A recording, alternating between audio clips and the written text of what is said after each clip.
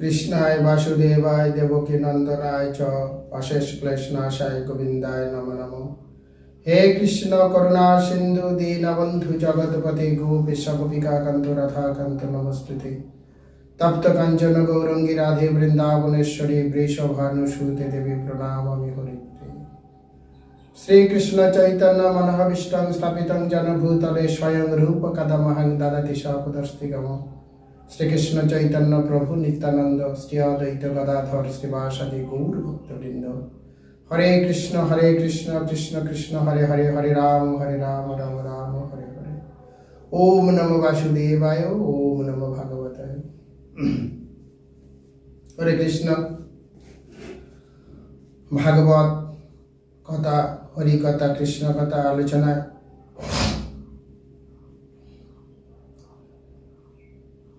भगवान शाक्त रूप कृष्ण द्वैपायन व्यासदेव कलिगत जीव उद्धार करार जन्य बद्रीनाथ आश्रमे संप्रयास नामक स्थाने सरस्वती नदीर कूले तिनी बोलेছেন, गणेश जी लिखेছেন 18,000 श्लोक, 18,000 ज्ञानेर कथा। एक एक श्लोक अनंत ज्ञानेर कथा। এই কলিহত জীব উদ্ধার করার জন্য ভগবানের শাক্ত রূপ তিনি ভাগবত দিলেন। কিন্তু এই ভাগবত শ্রবণ করলে কোটি কোটি জীবনের পাপ থেকে মুক্তি হয়ে সে গোলকধামে ফিরে যায়। তাই আজকের ভাগবত যে শ্রবণ করব, কেমন ভাবে ভাগবত শ্রবণ করব সেই বিষয়ে কিছু বলবো। উদাহরণস্বরূপ এক ব্যক্তি কিংবা কোনো মা প্রতিদিন সকালবেলা উঠে ফল অন্যান্য পূজার সামগ্রী নিয়ে মন্দিরে যায়, পূজা দিয়ে আসে। আর এক ব্যক্তি বা মা তার তালপাতার কুঁড়ে ঘর, তার কিছু নেই, সে একটি দেয়ালের গায়ে ভগবান কৃষ্ণের পট টাঙিয়েছেন। সেখানে তিনি অনর্গল কাঁদছেন আর বলছেন, হে গোবিন্দ, আমি তোমার দাসের দাস, আমি তোমার ভৃত্য চাকর, আমার তো কিছু নেই গোবিন্দ, তুমি আমাকে এই জগৎ থেকে উদ্ধার করে নিয়ে চলো এবং আমাকে মুক্তি দাও। এই যে উভয় যে ব্যক্তি, এই উভয় ব্যক্তির মধ্যে যদি ভগবানের প্রতি আনুগত্য না থাকে, যে এই ভগবানের প্রতি যে আনুগত্য আছে, অর্থাৎ ভগবানের প্রতি যার ভালোবাসা গভীর, সেই কিন্তু ভগবান সেই ভক্তকে বেশি শ্রদ্ধা করেন এবং তিনি তার ডাকে সাড়া দেন। তাই অর্জুন ভগবানকে বলছেন, কর্ম সন্ন্যাস যোগে সন্ন্যাসং কর্মণং কৃষ্ণ পুনর্যোগং চ সংশোষি যস্র এতেরেকং তন্মে ব্রূহি সুনিশ্চয়ং সন্ন্যাস কর্মযোগশ্চ নিঃশ্রেয় সকার উভৌ তয়স্ত কর্ম সন্ন্যাস কর্মযোগে বিশেষতে। এই সমাজের বুকে সংসারী এবং সন্ন্যাসী দেখা যায়। তাই অর্জুন আজ ভগবানকে বলছেন, তুমি তো কর্মযোগে আমাকে বললে সবকিছু তোমার উপর নির্ভর করতে, কিন্তু আবার তুমি সংসার করতে বলছো। আমরা সংসারী জীব, এই সংসারের মধ্য থেকে তোমাকে কেমন ভাবে ডাকবো? ভগবান বলছে, সন্ন্যাসং কর্মণং নিশ্চয় সকার বহু তস্ত কর্মযোগে বিশেষতে। বলছে, ভগবান বলছেন যে সংসারের মধ্যে থাকো, সংসারের মধ্যে দিয়ে কর্ম সন্ন্যাস হও। এই জগতে ঘর বাড়ি টাকা পয়সা আত্মীয় স্বজন, এই জমি ওর, ও জমি আমার, এ ঘর ওর, ও ঘর আমার, এই জগতে আমাদের বলে কিছু নেই। এমনকি আমার দেহটা পর্যন্ত আমার না, সবই কিছু তার। এইটা যদি কোনো মানুষ ভাবতে থাকে এবং সেই মতো সে যদি কাজ করতে পারে, তাহলে তিনি আমার শরণাগত হবেন এবং তাকে আমি এই জগৎ থেকে উদ্ধার করব। তাই ভগবান এখানে বলছেন কর্ম সন্ন্যাস। আবার অর্জুন আরো একটি প্রশ্ন করেছেন ধ্যান যোগে, অযতি শ্রদ্ধ অপিত যোগচ্চলিত মানুষের অপ্রাপ্য যোগ সংস্কৃতি কাম কৃষ্ণ গচ্ছতি। সংসারী মানুষ সময় পাই না, বিভিন্ন কাজের মধ্যে যুক্ত চাই থাকি। একদিন একটু সময় পেয়েছি, কিন্তু পবিত্র হয়ে শুদ্ধ মনে ভাগবত শ্রবণ করেছি কিংবা ভগবানের নাম গুণগান করছিলাম, কিন্তু আর পারছি না।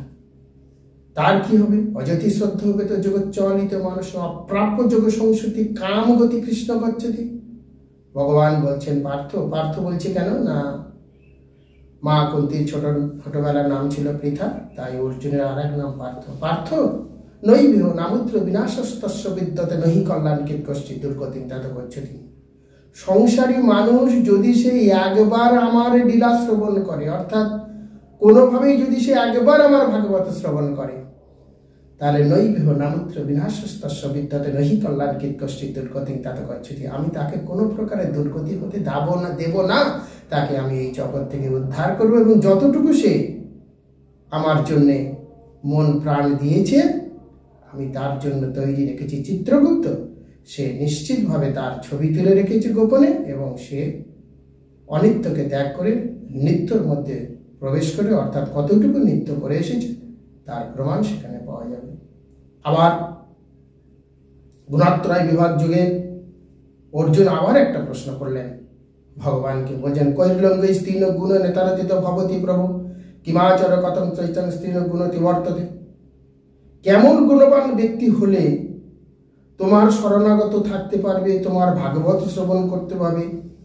ভগবান তখন বলছে প্রকাশঞ্চ প্রবৃত্তিঞ্চ মোহমেব চ পাণ্ডব নো দৃষ্টি সংবৃত্তানি নো নিবৃত্তানি কাঙ্ক্ষতি উদাসীন পদাসীন গুণৈর্জন বিচল্লত গুণ বার্তান্ত ইত্যবং যেহ প্রতিষ্ঠিত নঙ্গতে সমদুঃখ সুখ স্বস্থ সমরতস্য কাঞ্চন তুল্য প্রিয়া প্রিয়া ধীরস্তল্লনন্দ আত্মসংস্কৃতি মানব মানে স্থলে স্থলে মিত্রারি পক্ষ সর্বারম্ভ পরিত্যাগী গুণাতীত সউচ্ছতে। হে অর্জুন, সংসারী মানুষ যদি কোনো মানুষ তাকে অনেকে বড় কথা বলে কিংবা অনেক খারাপ কথা বলে, কোনোভাবেই তিনি বিচলিত হন না। এই জগতে যা কিছু আছে সবকিছু তিনি মনে করেন এটা ভগবানের, তাই তার কাছে তুল্য তুল্য প্রিয়া প্রিয়া ধীর স্থল্লনন্ত আত্মসংস্কৃতি, অর্থাৎ তার কাছে সোনা যা মাটিতে। এবং তিনি এই জগতে আমার শরণাগত ছাড়া কোনো কিছুই করেন না, কোনো কিছু ভোগও করেন না। তিনি কেবলমাত্র সাধারণ মানুষ হিসেবে ভগবানের চরণে পড়ে সংসারের মধ্যে আত্মবলিদান দিয়ে পরমাগতি প্রাপ্ত হয়ে গোলকধামে ফিরে যায়। হরে কৃষ্ণ। তাই প্রত্যেকটা মানুষ ভাগবতের মধ্যে আসুন। ভাগবতে 18,000 জ্ঞানের কথা, এক একটা শ্লোকে অনন্ত জ্ঞান। তাই আর নতুন করে বাইরে থেকে কোনো জ্ঞানের কথা শোনার প্রয়োজন নেই। আপনারা ভাগবতে আসুন, ভাগবত শ্রবণ করুন। ভাগবতের নামে ভাগবতে রেখে দিয়ে বিভিন্ন প্রকারের রং চড়ানো গল্প শুনে ভাগবতেতি পাঠ বলে প্রকাশ করবেন না। হরে কৃষ্ণ। আজ ভাগবতের 10ম স্কন্ধের 10ম অধ্যায় পাঠ করছি, আপনারা মনোযোগ সহকারে শুনুন। ভগবান কৃষ্ণের বাল্যলীলা, তিনি ছোটবেলায় যেসব করেছিলেন ব্রজবাসীর সঙ্গে, তিনি সেই ব্রজবাসীদের লীলা সম্পর্কে আজ আপনাদের শোনাবো। আপনারা শ্রবণ করুন। গোপানন্দাদয়ং সুত্তা ধূময় পদতরবম তত্রা জগ্মকর শ্রেষ্ঠ নির্ঘাত ভয় সংখিতা। শ্রী সুখদেব গোস্বামী বললেন, হে মহারাজ পরীক্ষিত, জমার অর্জুন বৃক্ষ দুটো তো পড়ে গেল। নন্দ মহারাজ অতি ভয়ঙ্কর শব্দ শুনে, অর্থাৎ মনে হলো যেন বজ্রাঘাত পড়েছে। সবাই সেখানে ছুটে এসে আশঙ্কা প্রকাশ করলো যে এটা কি করে হতে পারে। ভূমান্নিপাতিত তত্র তদ্রি সূর্য জমালুজ্জন বভ্রুমস্তদ বিজ্ঞাত লক্ষণ পতন কারণম। তারা সেখানে এসে ভূতলে পতিত অর্জুন বৃক্ষ দুটি দেখতে পেলেন। যদিও তারা দেখতে পেরেছিলেন যে বৃক্ষ দুটি পড়ে গিয়েছে, কিন্তু বিভ্রান্ত হওয়ার পরে তারা বৃক্ষ দুটির পতনের কারণ নির্ণয় করতে পারছিলেন না। কেন বৃক্ষ দুটো পড়ে গেল কারণটা কিন্তু তারা বুঝতে পারছে না। উলু খালং বিকর্চন্তং দাগ্মবদ্ধং চ বালকম কাশ্যদঙ্কুতাশ্চর্য মুক্তপাত ইতি কাতরা। শ্রীকৃষ্ণ রজ্জুর দ্বারা আবদ্ধ পদ খুলে আকর্ষণ করেছিলেন, কিন্তু সে বৃক্ষ দুটি উৎপাদন করলো কি করে, প্রকৃতপক্ষে কে সেটি করেছে এই ঘটনার সূত্রটি কোথায়, এই সমস্ত আশ্চর্যজনক বিষয় নিয়ে ভাবতে শুরু করলেন। বালাউচরেণ তৃষ্ণতু মূলকলম বিকর্ষতমদ্গণ পুরুষাবচ্চগ্নিহি। তখন সমস্ত গোপালরা বলেছিল এই কৃষ্ণই করেছে। সে যখন দুটি বৃক্ষের মাঝখান থেকে গলে যায় আর উদুখুলটি আটকে যায় এবং সেটি কৃষ্ণ টানতে শুরু করে এবং গাছ দুটি পড়ে যায়। কিন্তু এই সকল বালকদের কথা তারা কেউ মানতে রাজি নয়, কারণ এই ছোট্ট বালক ওই বিশাল বড় গাছ বজ্রাঘাতের মতন আওয়াজ করে মাটিতে পড়তে পারে না, তাই তারা কোনোভাবে বিশ্বাস করলেন না এটা কোনো অসুর বা দানবের কাজ। নতে তদন্তং চক্রিহীনং কাটিতেতিহি তস্য তৎ বালসত পাটনং তারবকচিদ সন্দিগ্ধ চেতস। গভীর বাৎসল্য প্রেমের ফলে নন্দ মহারাজ প্রমুখ গোপেরা বিশ্বাস করতে পারছেন না যে এটা আমার ছোট্ট কৃষ্ণ করতে পারে। তাই তারা বালকের কথায় বিশ্বাস না করে বললেন যে এটা কোনো অসুরের কাজ বা কোনো দানবের কাজ, এছাড়া অন্য কিছু না।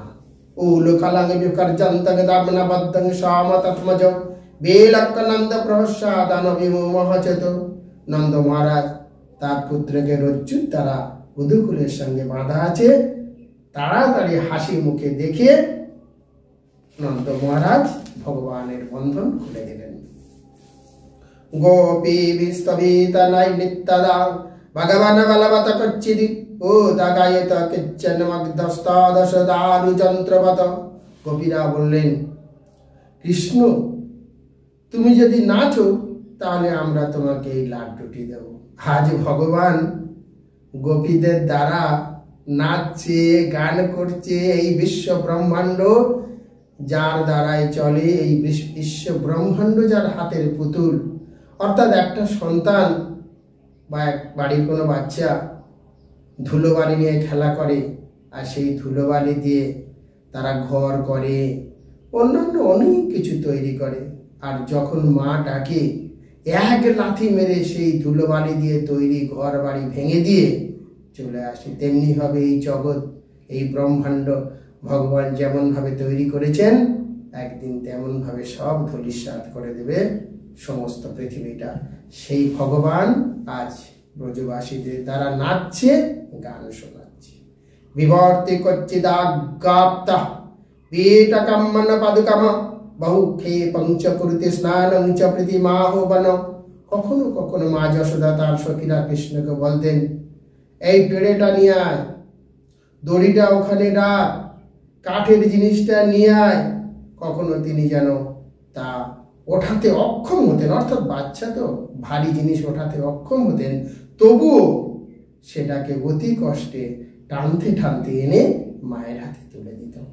দর্শায়ং স্তাদিতং লোকাত্মন ভৃত্যপশ্যতম ব্রজ সভায় ধর্ষ ভগবান বালচেষ্টিতম। ভগবান শ্রীকৃষ্ণ তার ভৃত্যদের দ্বারা কিভাবে বশীভূত হন তা তারা কার্যকলাপ হৃদয়ঙ্গম চক্রে করেছিলেন। এইভাবে তিনি তার বালকোচিত কার্যকলাপের ফলে ব্রজবাসীদের আনন্দে আত্মহারা করে দিয়েছিলেন। ত্রিনিহাম ফলনীত শ্রদ্ধা সত্তরমুচ্যত ফলার্জি ধন্যমাদায় যজৌ সর্বফলপ্রদ।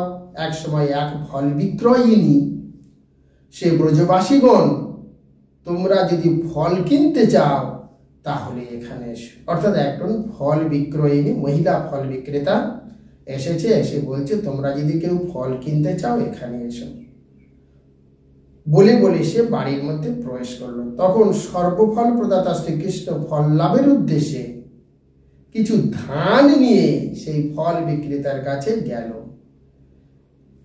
ফল বিক্রয়ণী তস্য চ্যুত ফলাইরপুরায়দ রত্নই ফল ভাণ্ডাম পরিচ। দ্রুত বেগে ছুটে যাওয়ার জন্য শ্রীকৃষ্ণের হাত থেকে সব ধান পড়ে গেল, কিন্তু ওই ছোট্ট হাতে দু একটা ধান কিন্তু ছিল। আর ফল বিক্রয়িনী কৃষ্ণের দু হাত ভরে ফল দিলেন।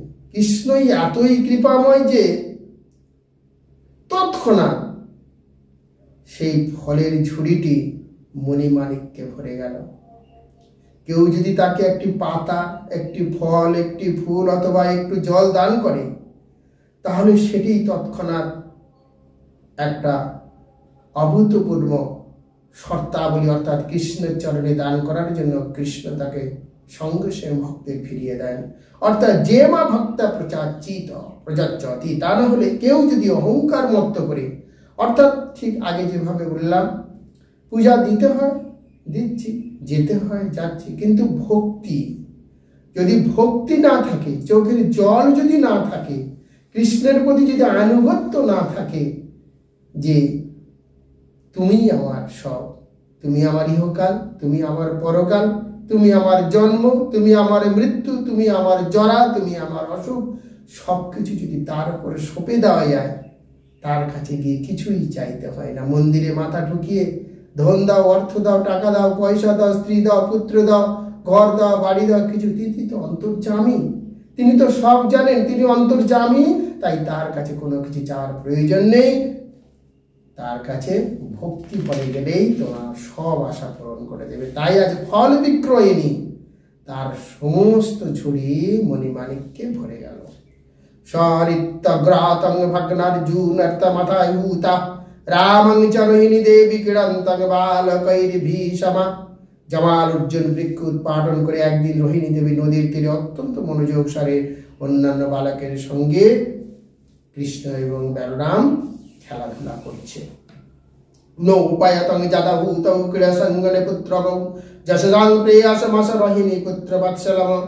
অন্যান্য বালকদের সঙ্গে অত্যন্ত খেলায় আসক্ত হয়ে পড়েছিল।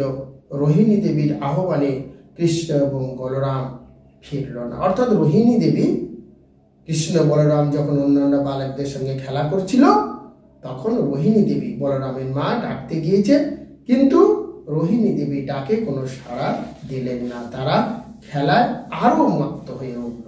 ক্রীড়ান্তং সুতবালাইরতীবলং সাগ্রজম যশোদাহ জহবীত কৃষ্ণ পুত্র স্নেহাস্তু তন্তস্তরী। কৃষ্ণ এবং বলরাম তাদের খেলায় আসক্ত ছিল বলে তখন রোহিণী মা ফিরে এসে বলল, যশোদা, আমি ডাকলাম তো ওরা এলো না, তুমি একটু যাও, দেখো তোমাকে তো ওরা বেশি স্নেহ করে, তাই তুমি একটু ডেকে দেখো। কৃষ্ণ কৃষ্ণারবিন্দাক্যতাত এই স্তনং পিব অলং বিয়ারাই কুত কান্ত ক্রীড়া শ্রান্তয় হাসি পুত্র। মা যশোদা বললেন, হে বৎস কৃষ্ণ, হে কমল লয়ন, তুমি এখন আমার কাছে এসো, স্তন পান করো। হে বৎস, তুমি নিশ্চয়ই এখন ক্ষুধায় অত্যন্ত কাতর হয়েছ, সেই সকাল থেকে একইভাবে খেলা করছো, আর এখন খেলার কোনো প্রয়োজন নেই, এসো। হে রামাগচ্ছ তাত শশানুচকুল নন্দন প্রাতের কৃতাহারস্তত ভবন ভক্ত মর্হতি। হে কুলনন্দন বৎস বলদেব, তোমার ছোট ভাই কৃষ্ণ সহ শীঘ্র চলে এসো। তোমরা সকাল থেকে সেই কত সকালে অল্প কিছু ভোজন করেছো, তাই এখন তোমাদের কিছু খাওয়া উচিত। প্রতিজ্ঞাতে তং দর্শয়ং বক্কমান ব্রজধীপ এ হয় বয় প্রিয়ং ধেই সগৃহণ যত বালকা। হে বৎস বলরাম, নন্দ মহারাজ ভোজন বিলাসী হয়ে তোমাদের জন্য এখন বসে আছে। নন্দ মহারাজ খাওয়া দাওয়া, তোমাদের পিতা নন্দ মহারাজ খাওয়া দাওয়া করবে বলে তারা এখন বসে আছে। তোমার পিতার সঙ্গে তোমরা খাওয়া দাওয়া করবে, তোমরা এখনই চলে এসো। ধুলি দুসরি তস্তন্তং পুত্র মজ্জান মহাভব জন্মার্কন্তে হস্য ভবিতি বিপ্রদেবদেহি গা শুচি। মা যশোদা কৃষ্ণকে বললেন, হে বৎস, সারাদিন খেলা করার ফলে তোমাদের শরীর ধুলোয় মলিন হয়েছে, এসো এক্ষুনি তোমাদের স্নান করিয়ে দেব। পশ্য পশ্য বায়স সংস্থাতে মাত্রে মিষ্টান সলঙ্কৃতান তং চ স্নাত কৃতাহার বিহরস্য সলঙ্কৃত। দেখো দেখো, তোমাদের সমবয়সী খেলার সাথীরা মায়েদের দ্বারা সুন্দরভাবে স্নান করে সুন্দর বিভাসিত সেজে তারা এখানে অলঙ্কার করে এসেছে। তোমরা এসো, তোমাদের বন্ধুদের সঙ্গে একই সঙ্গে খাওয়া দাওয়া করবে। ইথং যশোদা তম শেষ শেখরং মাত্তা সুতং স্নেহ নিবদ্ধ ধীর নিপ হস্তে গৃহীতা সৌরাম উচ্চতং নিত্যা শরণং কৃতবত্ত খোদাতয়ম। হে মহারাজ পরীক্ষিত, মা যশোদার গভীর স্নেহের ফলে সমস্ত ঐশ্বর্যের চূড়ামণি শ্রীকৃষ্ণকে তার পুত্র বলে মনে করি। তার ফলে তিনি বলরাম সহ তার হাত ধরে গৃহে এসে নিয়ে সুন্দরভাবে স্নান করিয়ে দিলেন। গোপা বৃদ্ধাপত পতানু ভয় বৃহদ্বনে নন্দাদয় সমগ্রাম ব্রজ কার্য মমন্ত্রায়ণ। শিল সুখদেব গোস্বামী বললেন, তারপর এক সময় বৃহদ্দনে মহা উৎপাত হচ্ছে দেখে নন্দ মহারাজ প্রভু বৃত্ত গোপগণ সকলে মিলিত বিবেচনা করেছেন ব্রজে যে বারবার উপদ্রব হচ্ছে তা বন্ধ করার জন্য কি করা উচিত। ব্রজে বারবার বিভিন্ন অসুরেরা আসছে, কখনো পুতনা এবং কখনো এই দাবানল, কখনো কালিয়া, এইভাবে যে বারবার যে কখনো জমারজুল গাছ, দুটো গাছ হঠাৎ পড়ে গেল, এই যে বিভিন্ন সময় বিভিন্ন রকম উপদ্রব হচ্ছে, নন্দ মহারাজ সমস্ত ব্রজবাসীদের ডেকে বললেন, আমরা এখন কি করব। তত্রপানন্দ মহাগপ জ্ঞান বয়োধিক দেশ কালার্তজ্ঞ প্রিয় কৃন্দ রামকৃষ্ণয়। কুকুলের সেই সবাই দেশ কাল এবং অর্থতত্ত্বে অভিজ্ঞ এবং জ্ঞানে ও বয়সে সবচাইতে প্রবীণ উপানন্দ নামক গোপরাম কৃষ্ণের মঙ্গলের জন্য এই প্রস্তাবটি করেছিলেন। তাহলে সমস্ত ব্রজবাসীর মধ্যে জ্ঞানী এবং বয়সে সবচাইতে প্রবীণ ব্যক্তি, তার নাম ছিল উপানন্দ। উপানন্দ কৃষ্ণের বলরামের জন্য একটি প্রস্তাব দিলেন। কি সেটা? উত্থাপ্যামি তস্মাভির গোকুলস্য হিতৈষীভি আয়স্তন্ত্র মহোৎপাত বালানং নাশহে তব। তিনি বললেন, হে গোপগণ, গোকুলের হিত সাধন করার জন্য আমাদের এই স্থান ত্যাগ করতে হবে, কারণ রামকৃষ্ণ প্রভৃতি বালকদের প্রাণ বিনাশক নানা প্রকারের মহা উৎপাত শুরু হয়েছে। মুক্ত কথঞ্চিত রাকস্য বালগ্ন বালকস্য হরের অনুগ্রায়ুন্নমনশ্চ পরিণাপত। বালক কৃষ্ণ কেবল ভগবানের কৃপায় তাকে হত্যা করতে পারছে না, তিনি বারবার বেঁচে যাচ্ছেন। পুতনা রাক্ষসীর হাত থেকে কোনো না কোনো ভাবে রক্ষা পেয়েছেন, তারপর পুনরায় ভগবানের কৃপায় শকটটি তার উপরে পড়েনি, না হলে অর্থাৎ শকট মানে গরুর গাড়ি, তার উপরে পড়েনি, না হলে তিনিও মারা যেতেন। সকাটাসুর বধের সময় এটা ঘটেছিল। চক্রবাত নিতায়ং দৈত্যেন বিপদং ভিয়ং শিলায়ং পতিতস্তত্র পরিত্রাত সুরেশ্বরৈ। তারপর ঘূর্ণিঝড়ের তৃণাবর্তাসুর এসেছিল, সেই তৃণাবর্তাসুর আকাশে তাকে উড়িয়ে নিয়ে গেছিল, কিন্তু সেই দৈত্যটি শিলার উপর পড়েছিল বলে মারা গেছে, তা নাহলে কিন্তু আমাদের শিশুপুত্র কৃষ্ণ কে রক্ষা করত। জন্ম মৃয়তে ধ্রুময়স্তরং প্রাপ্য বালকো আশাবন্নতম বাপি তদপচ্যুত রক্ষণম। সেদিন বৃক্ষ দুটির পতন হওয়া সত্ত্বেও কৃষ্ণ অথবা তার খেলার সাথীদের মৃত্যু হয়নি। যদিও তারা বৃক্ষ দুটি অতি নিকটে অথবা মাঝখানে ছিল, সেটিও ভগবানের কৃপা বলে মনে করতে হবে। সেদিন যদি গাছ দুটো আমাদের গো বালকদের ওপর কিংবা কৃষ্ণর গায়ের ওপর পড়তো, তাহলে সেদিন মারা যেত।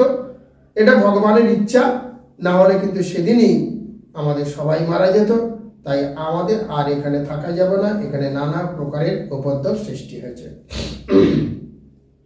যাবদৈত পাতিকা অরিষ্ট প্রয়োজন অবিভাবিত তাবদ বালানুপদায় যস্য মহান্নাত্র সানুগা। এই সমস্ত উপদ্রব কোনো অজ্ঞাত অসুরের দ্বারা হচ্ছে। অন্য কোনো উৎপাত করতে আসার পূর্বেই আমাদের কর্তব্য এইভাবে সমস্ত বালকদের নিয়ে চলে যাচ্ছে এবং নানা প্রকারের অশুভ সংকেত বহন করে আনছে। বনং বৃন্দাবনং নাম পশ্যবং নবকাননম গোপা গোপী গাবং সেবং পুণ্য দিত্রান বিরুধম। নন্দীশ্বর মহাবনের মাঝখানে বৃন্দাবন নামক একটা জায়গা আছে। সেই স্থানটি অত্যন্ত উপযুক্ত, কারণ সেখানে গাভীয় পশুদের প্রচুর সবুজ ঘাস আছে, লতা পাতা আছে এবং সুন্দর উঁচু জায়গা। সেই জায়গায় গিয়ে আমরা বসবাস করব। তত্রদ্বৈব যাসাম সকাটানো যৌক্তমাচিরম গোধনগ্রাত জান্ত ভবতং যদি রোচতে। অতএব চলো আমরা আজই এখনই সেখানে যাই, আর বিলম্ব করার কোনো প্রয়োজন নেই। তোমরা যদি আমার এই প্রস্তাব সম্মত হও, তাহলে এখনই সমস্ত সকট প্রস্তুত করে গাভীদের পুরো ভাগে নিয়ে চলো এবং আমরা সেখানে গমন করি। সকট কথার অর্থ গরুর গাড়ি। তাহলে আমার কথা তোমরা যদি শোনো, সেই বয়স্ক দয়ানন্দ বাবু বললেন, যে আমরা এক্ষুনি তাহলে সেখানে চলে যাই, চলো। তৎসত্তৈকাধিয়োগপসাধু সাধ্যীতিবাদিন ব্রজানো শানো শানো সমাজ্জুচ যজু রূঢ় পরিচ্ছাদা। উপেনন্দের সেই উপদেশ শ্রবণ করে সমস্ত গোপেরা একমত হলো। অর্থাৎ সব থেকে বয়স্ক সেই ব্যক্তি, অর্থাৎ তার নাম উপানন্দ, তিনি বললেন যে আমরা চলো সেখানে চলে যাই। আমার কথা যদি তোমরা শোনো তাহলে সমস্ত গরুর গাড়ি ভর্তি করো, গাভীগুলোকে সামনে দাও, আমরা পিছনে যাই। এই কথা সবাই শুনে বলল সাধু সাধু বলে সমর্থন করলো এবং তাদের গৃহস্থলীর সমস্ত উপকরণ পরিচ্ছন্ন এবং অন্যান্য সমস্ত সামগ্রী সকলের উপর তুলে দিয়ে তারা বৃন্দাবনের উদ্দেশ্যে রওনা হলো। বৃদ্ধান বারণ স্ত্রী ও রাজন সর্বপাকারণচীনানি চ অনাসরপ্প গোপাল যত্তত্ত্ব সারসন গোদানি পুরস্কৃত্য শৃঙ্গান্ন পুরচ্ছ সর্বতা তুর্য ঘোষে নমহুতা যৌজু সহ পরহিতা। হে মহারাজ পরীক্ষিত, তখন বৃদ্ধ বালক রমণী গৃহস্থলীর সমস্ত উপকরণ সকটে স্থাপন করে অতি যত্ন সহকারে ধনুর্বার ধারণ পূর্বক ভেড়ি ও শৃঙ্গের শব্দ চারিদিকে মুখরিত করতে করতে পুরোহিতদের সঙ্গে নিয়ে বৃন্দাবনের উদ্দেশ্যে রওনা হলেন। গপ্পরূঢ় কথা নিত্য পুচকঙ্কমকান্তায় কৃষ্ণলীলা যোগু প্রীত্য নিষ্কণ্ঠ সুবাসস। গোপ রমণীর সুন্দর বসনে সজ্জিত হয়ে নব কুঙ্কুম দ্বারা তারা কণ্ঠ দেশে পাদক ধর্মপূরক শকটে আরোহণ করে, অর্থাৎ মায়েরা সবাই শকটের উপরে বসলো। তারা সুন্দরভাবে কাপড় পরেছে, কুমকুম দিয়েছে, পায়ে আলতা দিয়েছে, দিয়ে তারা কৃষ্ণের গুণগান করতে করতে চলেছে। তথা যশোদারহিন্নবে কংসকটমস্তিতে রে যত কৃষ্ণ রাম এবং তৎকথা শ্রবণত সুখে।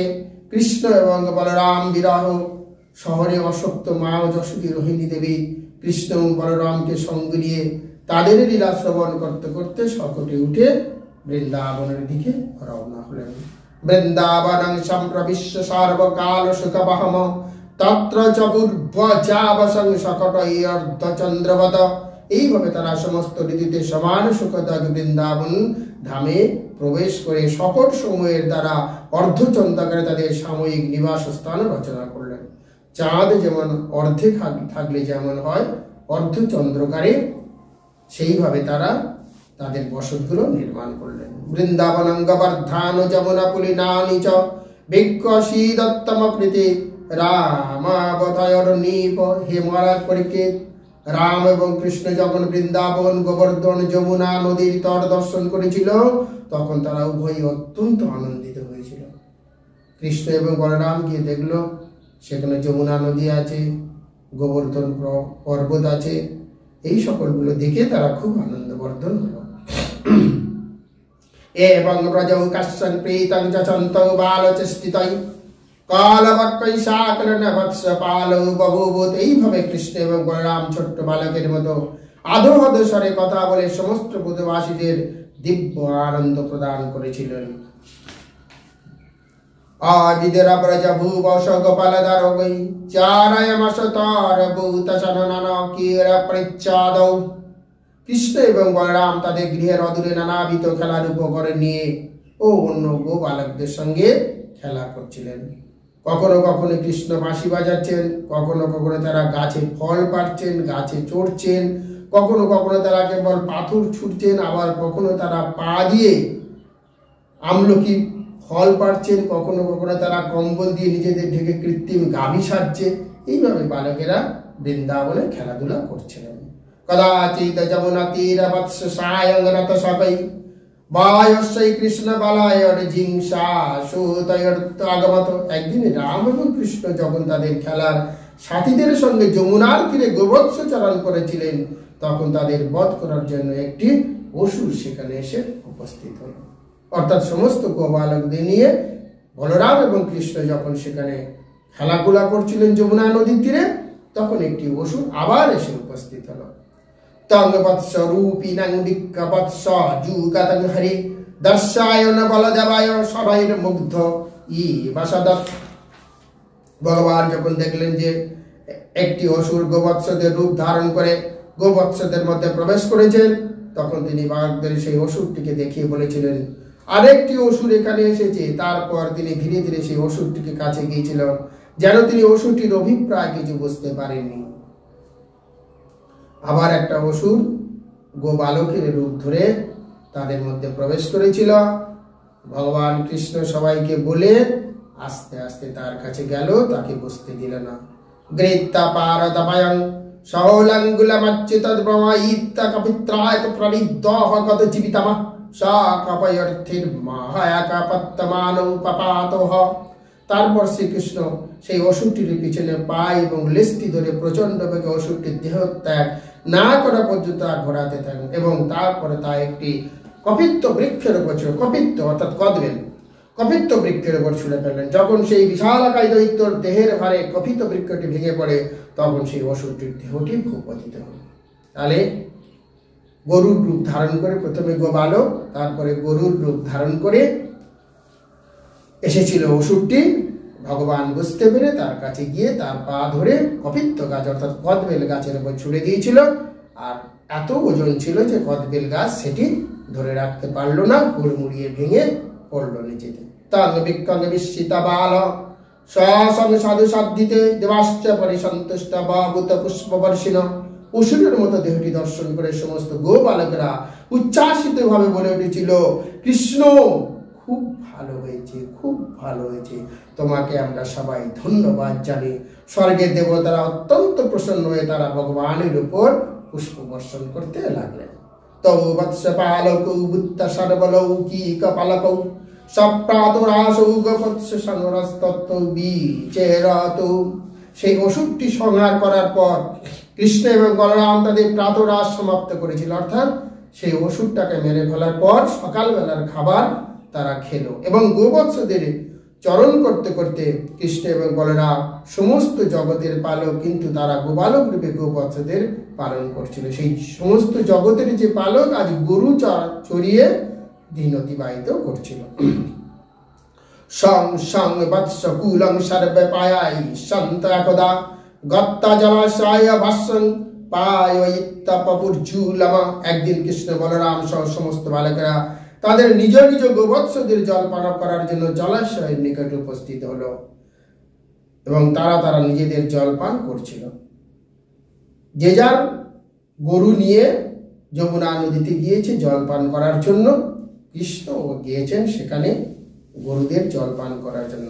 কে তত্র তদৃশুর বাল্লা মহাসত্তমস্তিতম তত্র সুরবজ্র নির্ভীয়ান্নং গিরৈ সিংহমেবচ্যুত্তম। বালকরা সেই জলাশয়ের নিকটে বজ্রাঘাতে ভগ্ন গিরিশৃঙ্গ সদৃশ্য একটি বিশাল শরীর দর্শন করলেন। বালকেরা জলাশয়ের নিকট বজ্রাঘাতে ভেঙে পড়লে যেমন একটি বড় গিরিশৃঙ্গ অর্থাৎ পর্বত, বিশাল শরীর, সেই পর্বতকে তারা দেখলেন। এই প্রকার এক বিশাল প্রাণী দর্শন করে তারা ভীত হয়েছিল, অর্থাৎ পর্বতের মতো একটি প্রাণী দেখে তারা ভয় পেয়ে গেল। সবৈবাক নাম মহানুসুরাবক রূপদ্রিক আগত্ত সহসা কৃষ্ণ তীক্ষ্ণ তুণ্ডয় গ্রাসদ বলি। সেই বিশালাকায় অসুরটি ছিল বকাসুর। সে এক তীক্ষ্ণ চঞ্চু বকের রূপ ধারণ করেছিল। সেখানে এসে সে সহসা শ্রীকৃষ্ণকে গিলে নিল। কৃষ্ণাং মহাবাকগ্রস্তং দৃষ্টা রামদয়র ভূকা বহুরেন্দ্রিয়া নিরবিনা প্রাণং বিচতস। বলরাম এবং অন্যান্য বালকেরা যখন দেখলেন যে বিশাল একটি বক শ্রীকৃষ্ণকে গ্রাস করেছেন, তখন তারা প্রাণহীন ইন্দ্রের মতো প্রায় অচেতন হয়ে পড়েছিল। দেহ যেমন প্রাণ না থাকলে অচেতন হয়, তেমনি ভাবে আজ কৃষ্ণ যখন বকাসুরের পেটে চলে গেছে, তখন প্রাণহীন অবস্থায় অর্থাৎ প্রাণ নেই দেহে, এমন ভাবে তারা অজ্ঞান হয়ে গেল। তাং তালুমূলং প্রদাহন্তে মগ্নিপদ গোপাল শ্রীনং পিতরং জগদ্গুরো চরদ সদ্য হেতুরুষাকতং বক স্তগুণ হস্তং পুনরপদ্যত। ব্রহ্মার পিতা গোপাল বালক রূপী শ্রীকৃষ্ণ অগ্নির মতো উত্তপ্ত হয়ে সেই অসুরের তালমূল দহন করেছিল এবং তার ফলে সেই বকাসুর তৎক্ষণাৎ তাকে উদগীরণ করেছিল। কৃষ্ণকে গ্রাস করা সত্ত্বেও অক্ষত দেখে সে পুনরায় তার তীক্ষ্ণ চঞ্চল দ্বারা শ্রীকৃষ্ণকে আক্রমণ করেছিল। ভগবান দেহের মধ্যে গিয়ে তিনি এত বিশাল আকায় দেহ তৈরি করেছিল, তৎক্ষণাৎ বকাসুর উগরে দিয়েছিল।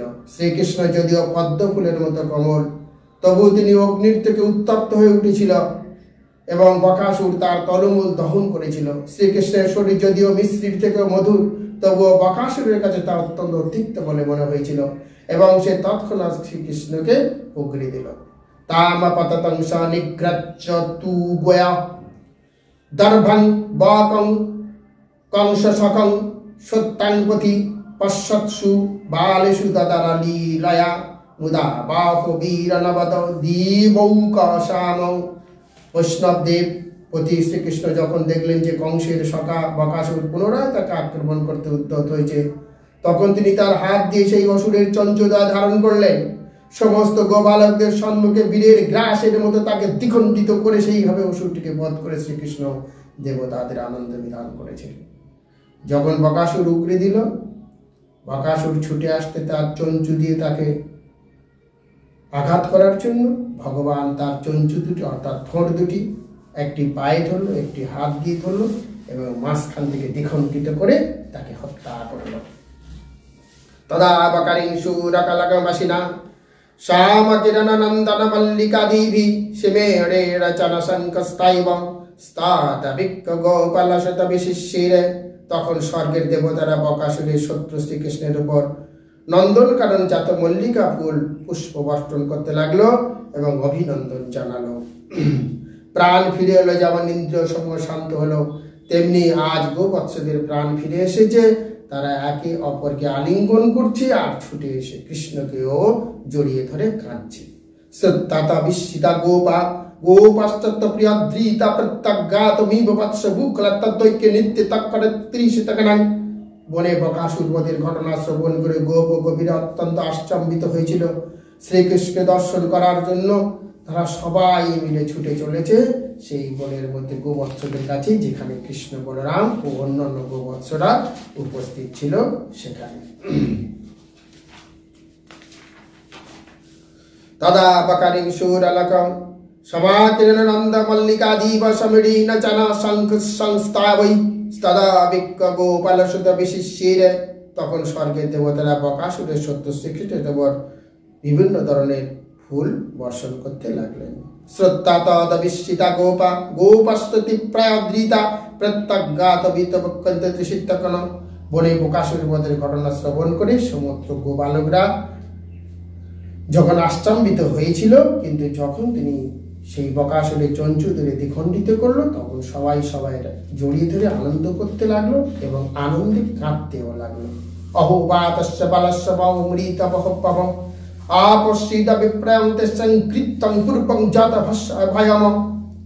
নন্দ মহারাজ আদি গোপেরা বলতে লাগলেন, এটি অত্যন্ত আশ্চর্যের বিষয় যে এই বালক শ্রীকৃষ্ণ অনেক প্রকার মৃত্যুর কারণ উপস্থিত হয়েছে, কিন্তু ভগবানের কৃপা সে সমস্ত ভয়ের কারণে তাদেরই মৃত্যু হয়েছে। এটা কেমন করে হতে পারে? তাই তারা সবাই মিলে আলোচনা করছেন। আদাপ্পা ভিবা বস্তনাং নৈবতে গৌর দর্শনা জিগাংসায়ীনামসদ্দানসন্তগ্নৌপতঙ্গাবতম।